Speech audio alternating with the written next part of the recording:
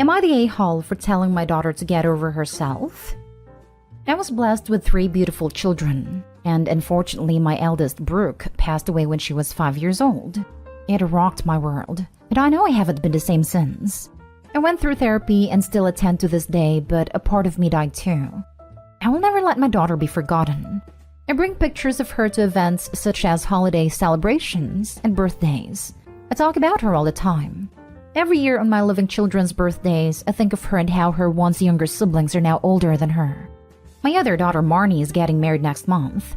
I asked her if she was having a memorial table, and she said no. I asked her about creating a seat for her sister who passed, as she should be a part of the day.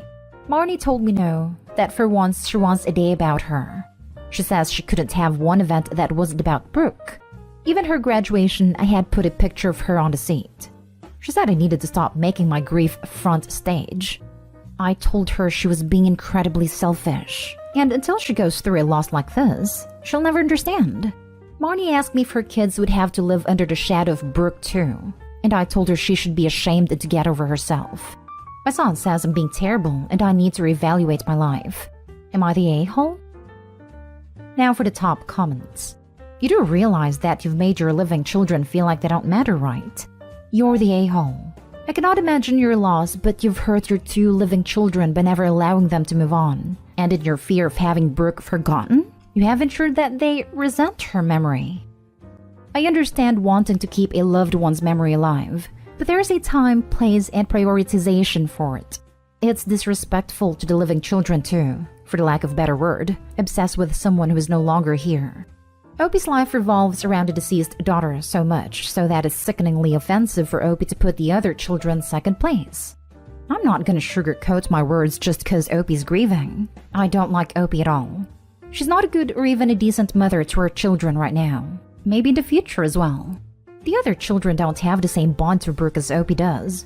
They should not be subjected to Opie's obsession. I'm sure the children feel the need to compete with their dead sister for a fraction of their mother's attention. They should miss her. Pain leads to happy memories. Why would they want to forget their sister? Even her graduation, I had put a picture of her on the seat. Is Marnie happy? No. She wants her grief out of her life. I want to quasi-hijack this understandably harsh comment to add, because I know people who started therapy because of behavioral patterns that harmed their loved ones, had a misfortune of finding a really crappy therapist, and got much, much worse. Holy smokes. Get a new therapist. I want to offer sympathetic and productive advice to Opie, and the most generous thing I can assume about her is that she spent several decades seeing a wildly incompetent therapist. He was completely disinterested in helping Opie have meaningful relationships with the living, or even understanding what such a thing might be. I'm going to be blunt, Opie, because apparently your own children telling you you're terrible is not enough to get through to you. Most bad parents only manage to sow discord between their living children. You've accomplished the rare feat of causing the living to resent the dead. If you do not believe in an afterlife, then it follows that none of what you are doing to remember Brooke is actually for Brooke. It's for you. Stop being selfish. If you do believe in an afterlife, then surely you understand that Brooke doesn't want a table at Marnie's wedding. She wants a place in Marnie's heart. That's not going to happen until you stop turning all of your kids' important life events into a decades-long memorial for Brooke. You're the a-hole. None of what you are doing to remember Brooke is actually for Brooke. It's for you. Over and over this. Can you imagine that you are at your graduation and your mother requests an empty chair to put your sister's photo who died over a decade or 2 ago? My 20-year-old brother ended himself and it consumed my dad. He didn't care about me or anyone else. All he cared about was my brother. It's pretty rough when your parents' favorite kid is their dead one. You're the a-hole. I say this with the most love I can muster, but you are the one who needs to get over yourself. Next story. Am I the a-hole for choosing my son over my stepdaughter? I, female 32, have been married to Mark, male 36, for 6 years. Mark had a child, Sarah, female 12, with Allie, ex-girlfriend, who is starting high school next year, meaning she needs a computer for school. We also have a child together, Alex, male 5. The issue arose last week when my husband asked me to contribute 1/3 of the cost for Sarah's computer, saying it could be a Christmas present for all of us. Sarah wants a MacBook, and they decided on the latest MacBook Pro, over $2,000 after Apple Care, accessories, etc., with my share totaling at least $700. I make significantly less than my husband, and before this year, we would stick to a budget and have the cost together. This year, the budget I scheduled was $200 per kid. I typically handle all Christmas shopping, but run everything past Mark. I told Mark that was double what we spent each Christmas, and I wasn't aware until now that I was expected to chip in the costs. I said if I'd had time to save, I might have, but on short notice it wasn't possible, and suggested we look at cheaper options, which was quickly shot down. I told him that I could contribute $200 from my savings, but no more, so we still had to buy presents for Alex. This wasn't received well by Sarah, Allie, or Mark, and they said I was selfish for not helping out. And Sarah was devastated as she took this as me favoring Alex over her, and not liking/wanting her. The suggestion was that I don't spend much money on Alex, and give the money to Sarah instead. But I refused, since I didn't consider that fair to Alex, and didn't want him upset that he didn't get any/many presents for Christmas. This has had a severe impact on my relationship with Sarah and Allie, and Mark thinks I should do this to prove my love for Sarah. Sarah has 3 people contributing to presents while Alex only has 2. So Sarah typically gets more presents anyway, but we always keep things fair. Mark and Allie are the a-hole for getting Sarah involved in an issue of finances. She's 12 years old. She does not need a $2,000 piece of equipment. Let them get it for her and see what happens when she breaks it. The fact that he equates sticking to a budget with not caring as much about Sarah is a huge red flag as well. Not the a-hole. However, keep your eye on your husband and his ex playing their daughter against you. You won't be the a-hole if you play into their game at your son's expense. I would just like to point out that most high schools issue their own computers to students. My kid is in high school and they gave out iPads for the students at the beginning of the school year. So this isn't a need, it's a want, and an expensive want for a 12-year-old. Not the a-hole. Why does a 12-year-old need a MacBook Pro in the first place? I got through university with a laptop I got open box at Best Buy for $400. It sounds as though he tried reasonable compromises and suggestions, and it's pretty rude of them to have involved her in this conversation. Good luck untangling this mess, and I hope the adults can reach some kind of agreement without spoiling the joy of receiving gifts gracefully for your stepdaughter. To be fair, some high school programs, think anything related to design, code, video editing, etc., do require certain software that only runs on newer laptops, or require Mac instead of PC. This isn't as common in high school as in college, but does exist. I don't know any schools that require PC but advanced courses at my public high school. Both schools I went to for undergrad and my grad school required a Mac that could run a certain version of software on it. Dad could also be thinking a newish MacBook now. We'll ask her through undergrad if it's taken care of properly. Why she needs a brand new Pro is beyond me. Refurbed ones will last just as long and can be $300 plus cheaper. However, that's school. The kid has 2 parents to pay for school, and Opie isn't one of them. Opie's a bonus parent to this girl. She could include a nice case or keyboard protector or year of Microsoft Suite and kids' Christmas gift, but is by no means responsible for this very expensive education-related tool. Kids' bio parents are being selfish a-holes. So not the a-hole in my opinion too. Yes, Mark was adamant on new so she could use it all through high school, 6 years, which I do agree on. The school supplies all the software needed, so I assumed the computers they suggested were needed for the specific software they needed. Edit. After reading the comments, I've decided to stick to my decision. I will offer $200 but won't pay more than that, and suggested cheaper options once again. I definitely agree that Sarah doesn't need that expensive of a laptop, but will suggest a MacBook Air. Any further comments would be much appreciated. Next story is titled, Am I the a-hole for not allowing my ex-mother-in-law to have a key to my house? So me and my ex have been separated for 2 years. We separated on good terms and we get on well despite our differences. We do have a 3-year-old daughter, and he works a lot, so he doesn't get to have our daughter often. For this reason, I gave him a spare key to my house so that he could pop in and see us whenever he wanted. I completely trusted him with his key. For context, I have never had a good relationship with my ex-mother-in-law. She's always hated me and accused me of ruining her son's life by getting pregnant so young. I was 18.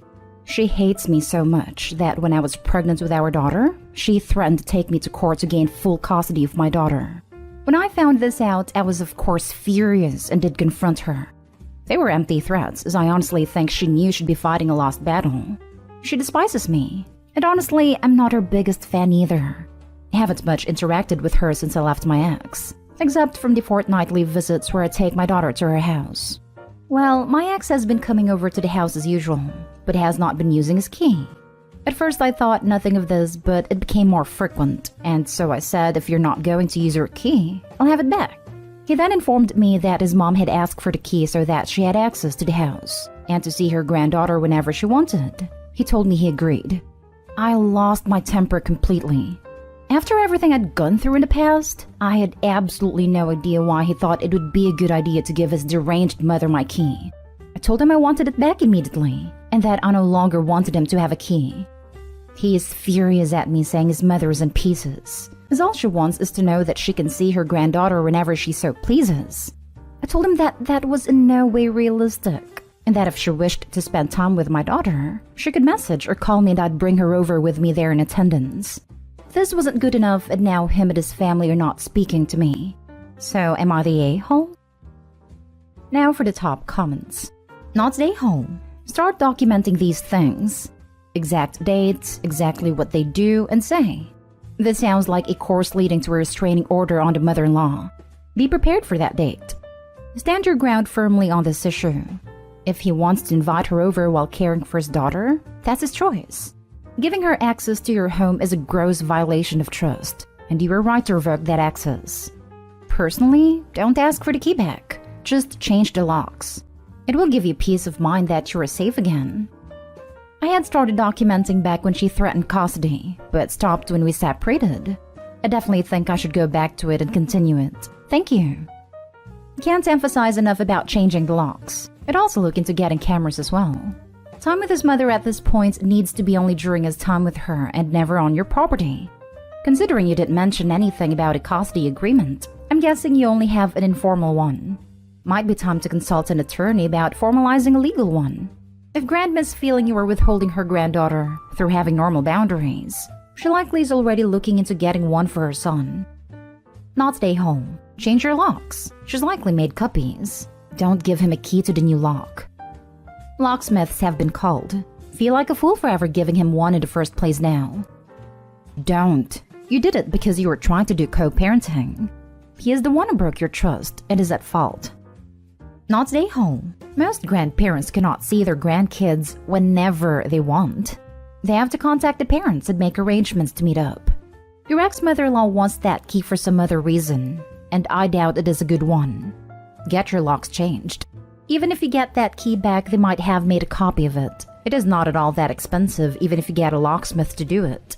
Or you can rekey the locks yourself if you are good at DIY. And I'd look for signs that someone has been in your house while you were out. She clearly wasn't using the key while you were home, but that doesn't mean she didn't snoop around while you were out. Update. Locksmith has been called. Glad I'm not going insane. Thank you all. Now for the last story. Am I the a-hole for alienating my daughter against her mother and allowing her to live with me? Context. My ex-wife Stacy and I, 37 male, met at a party in college and hit it off. We dated for 3 years during college. During the relationship, I made it clear I didn't want kids. Right after we graduated, Stacy got pregnant. She said it was caused by birth control failure. This is important for later. I didn't want the kid and tried to convince her to terminate or give the baby up for adoption, but she wanted to raise the kid. I really wanted to leave but felt guilty, so I married her out of guilt. After our daughter Madison was born, I started getting depressed. I became an alcoholic. I tried really hard to be a good dad to her. I really tried my best. When she was 5, I realized how much I hated my life. I filed for divorce and left. I made sure to always pay child support. I still loved Madison, I just couldn't be a good parent to her at a time. I stayed in Chicago for a bit, but eventually moved to Canada for a job. Still, I felt like I had no purpose. I was still depressed, and I was still drinking. I was in a pretty dark place. I even lived in my car for 3 months. Then I met my current wife, Amanda, 33 female, and we started dating. She cared about me, and I started getting my life back on track. I left my toxic job, found a good apartment, started going to AA meetings, and started seeing a therapist. During this time, I contacted Stacy and asked to see Madison. I begged and showed her that I was sober, but she wouldn't let me. I tried several times, but Stacy wouldn't let me. I started a business 6 years ago, and it's done incredibly well in the last 3 years. It's pulled in $3 million in profit last year. Then Amanda and I got married. I was finally able to hire a good attorney, and after a complicated legal battle, I was given holidays and summers with Madison. Madison was a little difficult at first, but I have explained everything to her, and she was really understanding. Madison, 15 female, and I now have a really good relationship. I have tried to co-parent respectfully with Stacy, but she has been really difficult to communicate. She doesn't tell me certain matters, and she sends threatening voicemails, etc. I also know that Stacy told some pretty bad crap about me to Madison. Stacy told Madison I loved alcohol more than her, that I never sent them any money, despite the fact I never missed a payment. 2 days ago, Madison called me and told me that she and her mother had a fight, and her mother admitted that she stopped taking birth control intentionally to trap me. Madison said that this was the last straw with her mom, and that she wants to move in with me. Madison said her mom was always mad at her for mentioning me, and that she forced her to share the stuff I got her with her step-siblings, and she begged me to let her move in. I obviously agreed. Legally, since she's 15, she can choose who to live with. Now my ex, her husband, and her family have been blowing up my phone telling me that I alienated Madison against her. Am I the a-hole? Not the a-hole. Oh no, the consequences of my actions. I have to laugh at them accusing Opie of alienating her.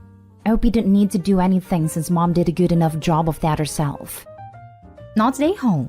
You've turned your life around and started making amends with your daughter, which is exactly what a good father is supposed to do.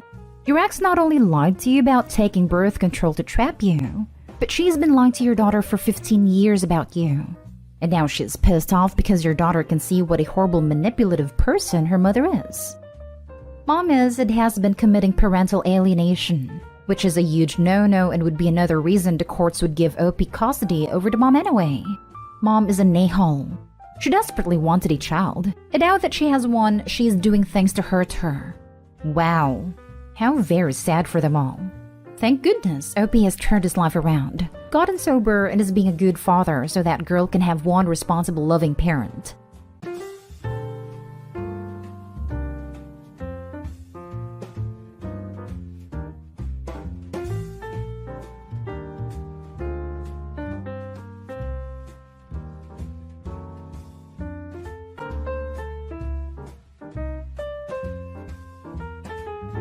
Am I the a-hole for not splitting my college fund with my dad's affair child? Plus update. Original post. My father dropped a bombshell in our family last year when he revealed that he had a secret son from an affair years ago.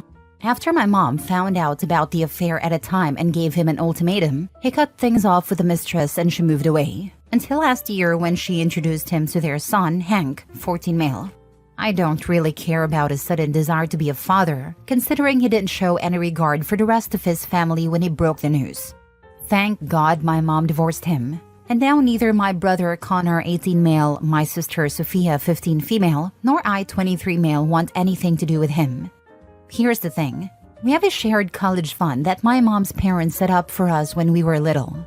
My parents contributed almost half of the money, and my maternal grandparents contributed the other half. The account remains under my mom's control after the divorce. As far as I know, my father stopped contributing to the fund after they split. Last month, I found out that my dad has been harassing my mom because he wanted to add Hank as a beneficiary to the college fund for me and my siblings. He claims that since Hank is his son, he is entitled to the fund that was set up for Connor, Sophia, and me. My mom told him off, but now he's been going around bad-mouthing her online and to their mutual friends, saying that she is heartless and cruel for taking her anger out on an innocent child. He also had the nerve to reach out to me, trying to pressure my mom through me. He said I should consider opening my heart to Hank, who grew up without a father and wasn't given the same opportunities as my siblings and me. I left him on red because, honestly, the things I wanted to say to the callous man would not have been pleasant. Yesterday, he changed tactics and said he wanted to withdraw all of his contributions from the account, divide them so that Hank get a share, and then deposit the remaining money back. He added a caveat that, since Connor and I didn't need a college fund for tuition due to our full-ride scholarships, the money should be divided into 2 parts, for Hank and Sophia, instead of being split 4 ways among his 4 children. Now my dad, some of his side of the family, and even the mistress are pressuring my mom to agree to this. I'm praying that she won't give in. It makes me furious that we're being asked to split our college fund with my dad's affair child. Even if I don't need the money for school, I will need it in the future, and so will Connor. I know for a fact that my dad wouldn't use the same reasoning to exclude Connor and me from the fund if it meant leaving the money solely for Sophia. It's all about Hank. I understand that Hank is innocent and not responsible for his parents' actions, but I don't see him as my brother. To be honest, I don't even see my father as a father anymore. As far as I'm concerned, my family consists of me, my siblings, and my mom. That's it. So, am I the a-hole? Now for the top comments before reading the update. Info: we have a shared college fund. What legal type of fund? Even if yes, I don't need to use the money to pay for school, I will need it in the future. Are you sure that's even an option? Where I live, if the funds are unused due to scholarship, we can withdraw it and won't be penalized. And I am considering getting a master's, so even if I didn't have to pay for undergraduate, I probably will need it for grad school. The fund is a state-sponsored savings plan. Sorry, I can't give the actual name since it's very specific to where we live. Not a-hole at all. Where does your father get the idea that he set up this fund when it was your grandparents on your mom's side? Do his family members know the whole story? Yeah, that man's delusion is out of this world. His audacity is truly unmatched. My paternal grandparents know and support us. I know my grandma has been trying to get him to back off, but he unfortunately doesn't listen to her. It's mainly my dad's brothers who are joining him to harass my mom. I don't know if they know the full story or not. Since grandma and grandpa know, I feel like they do too. Not the a-hole. He can deal with his crappy decisions. The divorce is finalized. He can't go back and change the terms now. Additionally, it sounds like he didn't put in most of the money. It sounds like at most he put in 25%. Either way, he no longer has any claim to it. He can take out loans for Hank. I guarantee that Hank will not see a penny of that money if your dad gets a hold of it. And Sophia definitely will not see her half if it happens. Now for the update. Thank you so much, everyone, for the support and advice. I really appreciate it. I talked to my mom this morning about getting a lawyer involved and possibly a restraining order. She has been in contact with a lawyer regarding my dad's demands, and it seems he really doesn't have any legal rights to the college fund. I think some of you are correct in saying that he's doing all this because he knows he wouldn't win in court. As for the restraining order, my mom is hesitant to pursue one right now since my dad has visitation rights with Sophia, and she doesn't want to complicate things for my sister. However, she promised that if the situation gets worse, she will consider it. My brother Connor and I have also decided to take turns coming home on the weekends so that our mom and Sophia aren't alone, just in case anything happens. To clarify a few things, we haven't involved my mom's parents in this because their health isn't the best right now. When my grandfather first heard about the cheating and the secret son, he was so shocked that he had a heart attack. Thankfully, he has mostly recovered, but none of us want to put any additional stress on him. According to my dad, he didn't know about Hank's existence until last year when his mistress came back into the picture. No one in our family was aware of Hank until my dad brought him to a family event and broke the news to everyone. He blindsided and humiliated my mom, and that was the final straw for her, leading to the divorce. I honestly don't have anything against Hank. It's just that right now, I can't imagine spending time with him. He's still a minor, so any interaction would have to involve either our father or his mother, and that's a situation I'm not willing to put myself in at the moment. Maybe things will change in the future, who knows? Hopefully this situation gets resolved soon. Thank you again, everyone, for the amazing advice and words of support. Next story. Am I the a-hole for wasting everyone's time in therapy because I was accused of lying? My mom, her husband, and I, 16 female, have been in group therapy together.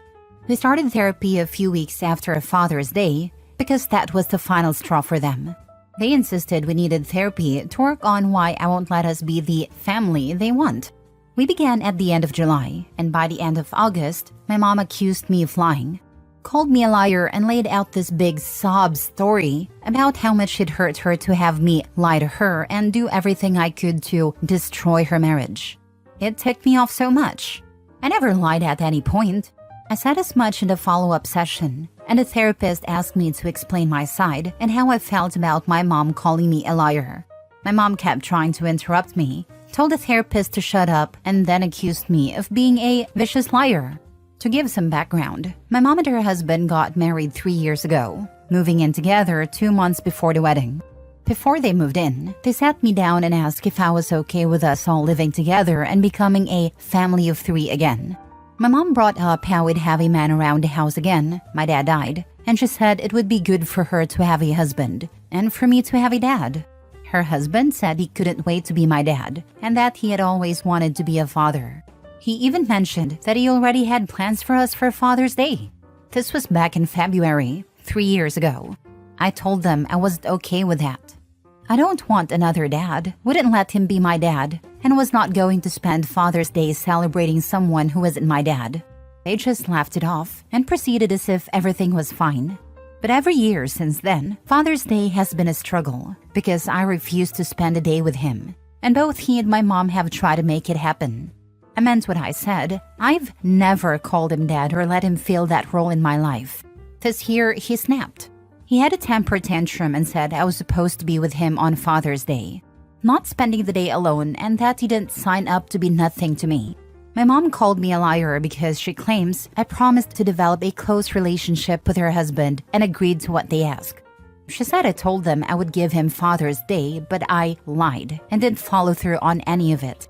I made them believe I was a willing participant and that I wanted us to be a family. It ticks me off because I never said what she claims. I even repeated exactly what I said back then. The therapist couldn't get my mom to apologize, and she has no control over the sessions, where my mom and her husband dominate the conversation. So I just stopped talking and would zone out during the sessions. They only noticed this 2 weeks ago. When they confronted me, I spoke up again after more than a month of staying silent in therapy, confirming that I wasn't listening.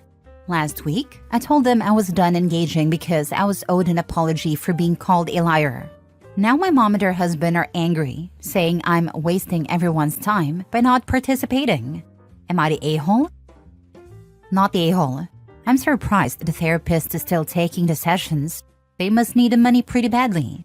Your parents, like so many before them, aren't after therapy, where you have to work on your own issues. They want a wizard who can change reality for them, and maybe change you for someone who wants to call your mom's husband dad.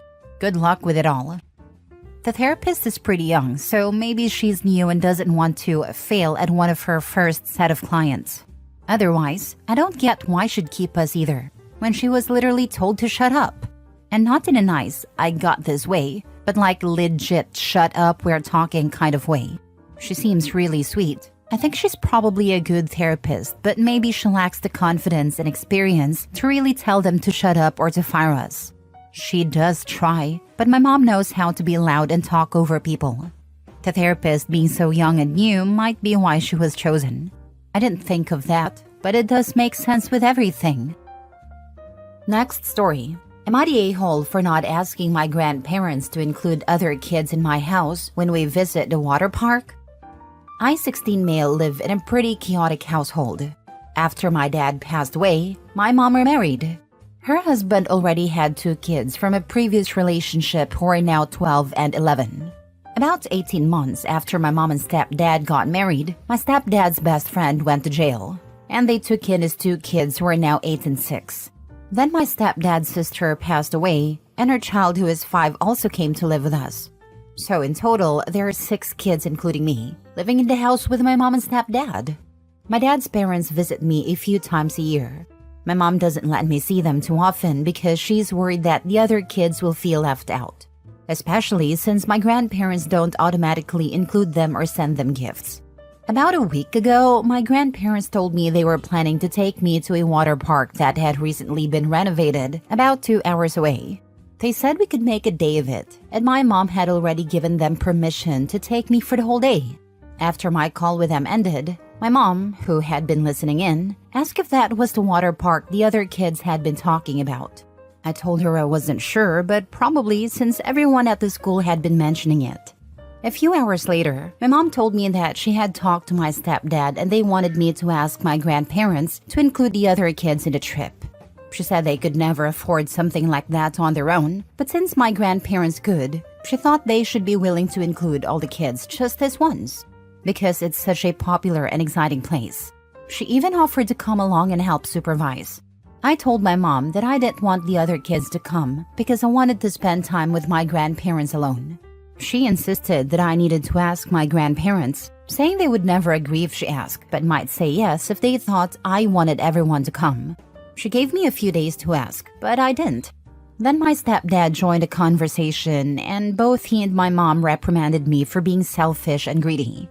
They said I had a chance to do something kind and wonderful for my siblings, and that it wasn't like my mom wasn't willing to help out. They reminded me that I'm the only one in the family with grandparents, so I should be encouraging a more inclusive dynamic. My mom even said that while she might not be able to force the issue, she could remind me that I'm not being the best older brother and that one day, I might actually consider them my siblings and regret not trying to make them happier. So, am I the a-hole? Now for the top comments. Not the a-hole, and please let your grandparents know you're being coerced. Maybe you can go live with them? I told them what was going on, but living with them isn't an option yet. We looked into it before, but legally I don't get to influence the decision like some states allow. If your mother wants to ask your grandparents to include others, she should do the asking, not you. She wants you to ask, so it will seem like your idea, not the a-hole. Yeah, or so she can get the answer she wants to hear. She doesn't really care about whether they'd be wanted or not while there, which is kinda awful to do to them too. It isn't fair that she keeps you from your family. Is she expecting your grandparents to pay for all of the other children too? Because that's a very expensive day. I feel for you and your grandparents. I also feel for the other kids. I mean, it would be nice for them to have grandparents as well. But your mom definitely can't force other people to step up as grandparents for kids they have no ties to. Yes, they're supposed to pay for them, and my mom said she'd pay for her own ticket only. Yeah, that is not okay. And you know what's crazy? Your stepfather didn't offer any physical or financial help, and they are all his kids/friends' kids. He sounds like a mooch. Last story. Am I the a-hole for sending my son to rehab against my ex's wishes, even though I have sole custody? Okay, so I, 34 female, have sole custody of my 14-year-old son, Liam. Lately, things have been really hard. He's been acting out a lot, skipping school, shutting down emotionally, and I recently found out he's been drinking and experimenting with pills. When I discovered that, it hit me like a ton of bricks. I'm a recovering alcoholic myself, been sober for 4 years now, so this news sent me into panic mode. I did what I thought any parent would do. I started looking for help. I talked to a few counselors and eventually found a rehab program that also addresses mental health issues for teens. I thought this could really help Liam before things get worse. The problem is, when I told my ex, 38 male, he completely lost it. We don't exactly get along, one of the reasons I have sole custody, but we do share visitation. When I told him about Liam and a rehab, he said I was blowing things out of proportion. He basically thinks Liam is just experimenting and that it's normal teenage behavior. He told me rehab would traumatize him, that it's too harsh, and accused me of projecting my own issues onto our son. I sort of understand where he's coming from. I know he doesn't want to see Liam go through something difficult, but at the same time, I can't just sit by and watch things get worse without doing something. I've been there. I know how addiction starts. My gut tells me I'm doing the right thing by getting him help now, before it's too late. Anyway, I went ahead and enrolled Liam in a program last week. My ex is furious. He's been calling and texting constantly, telling me I'm making a huge mistake, and that Liam will end up hating me for it. He's even threatening to take me to court to fight for custody. Honestly, I'm a wreck. Part of me feels like I might be overreacting. Like maybe I should have tried other approaches first, or at least involved his dad more in the decision. But I'm just scared, you know? Scared for Liam, scared of what could happen if I do nothing. I just don't know anymore. So am I the a-hole for sending my son to rehab without my ex's approval, even though I have full custody? Should I have listened to him more? Not a-hole. You need to do what you think is best for your son. It may be hard for him and for you now, but for sure it will get better in the future. Good luck to you and your son. Thank you so much. I only want the best for him. He is my world. You definitely are doing the right thing. Your ex threatening to go for full custody is going to look bad for him. The court will be like, you want full custody of your child because he's getting the help he needs? If you are concerned, just keep a timeline with how the issues escalated and your communication with your ex about the situation.